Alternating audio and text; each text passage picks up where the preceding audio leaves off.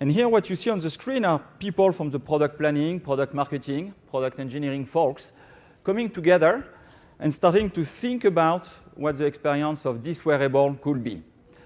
So in this community, you see that there is a funnel of innovation where all the ideas are going to be discussed, commented, voted on, complemented by additional resources that you will find online.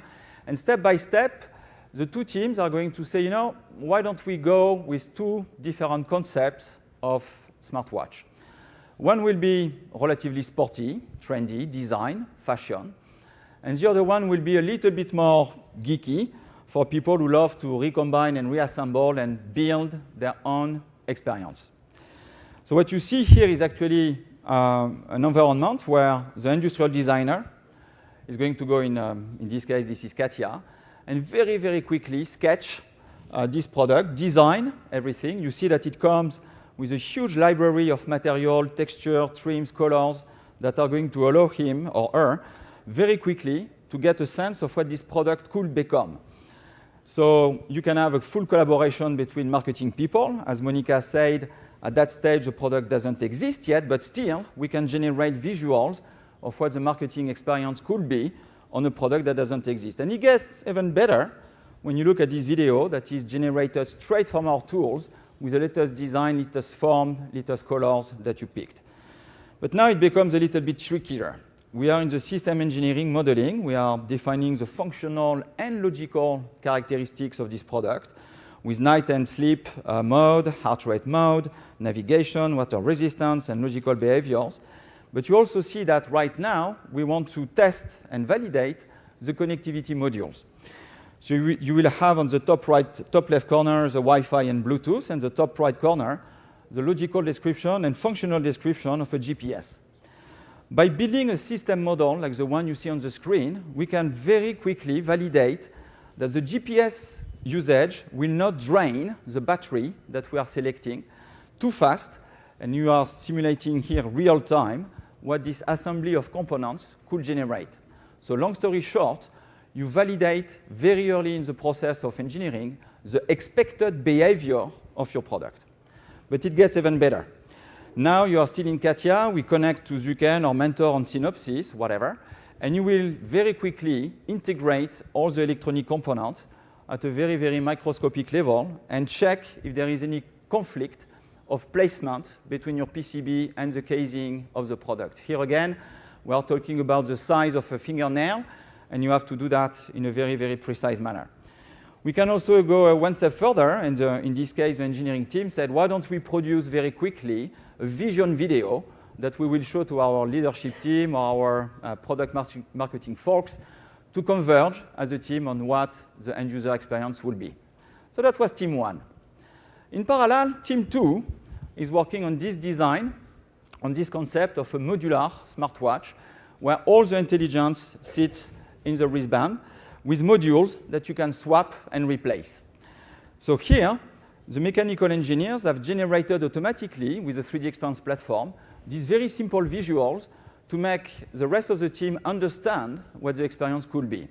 How the SD cards will coexist with the GPS, how it will be placed, but everything that you see here is perfectly mechanically correct because it's coming straight from the PLM description, straight from the CAD design, and we also validate the electronics behavior. Why so?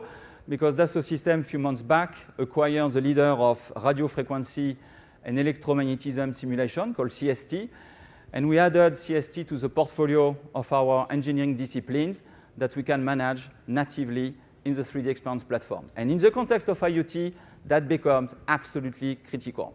How can you design an IoT-ready product if you cannot test the connectivity? So what you see here is that with CST in the 3D Experience platform, we can connect the data rates and the bit transfer of data between the SD card and the GPS to check that from an electronic standpoint, it delivers the behavior that we expect. And in this case, we see that that works as planned. We see that everything is OK, and we move on. The simulation and electronic engineers want to test now a second scenario, which is a scenario of removing the smartwatch because you don't wear it on you every day. And when you take a shower or you go walk or you do what you want, you need to make sure that the antenna will be still working, even if the arm is not amplifying the signals anymore. So the first thing that the electronic engineers are doing here is to validate two models of antennas that are totally different. And they want to pick and choose the one that will perform the way we expect it to perform.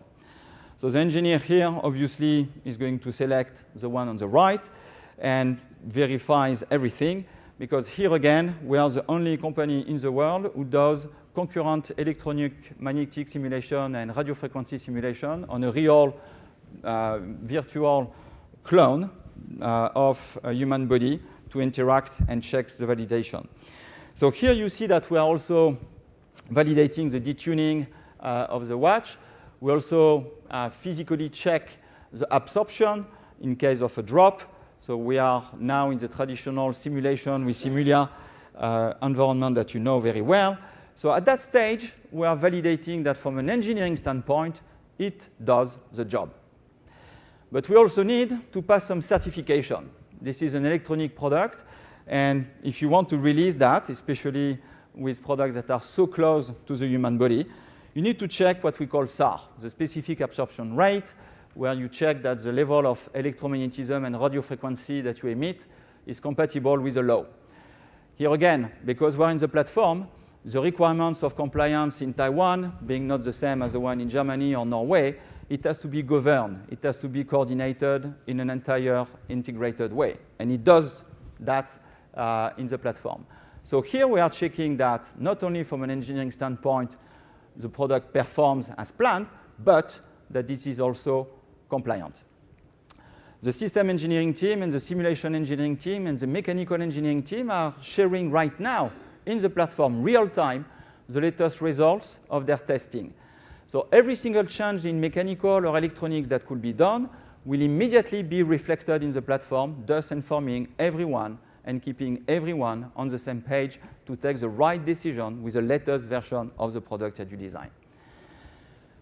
Let's get out of engineering and move into marketing. What you see here on the screen is not a video. This is produced real-time out of the 3D Experience platform. With CAD files, knowing the characterization of the material that we use, we can generate these high-quality, high-fidelity rendering videos. This one has been produced for Huawei with a customer of Dassault Systèmes, because at the end of the day, it's all about validating that the experience is a good one that you expect.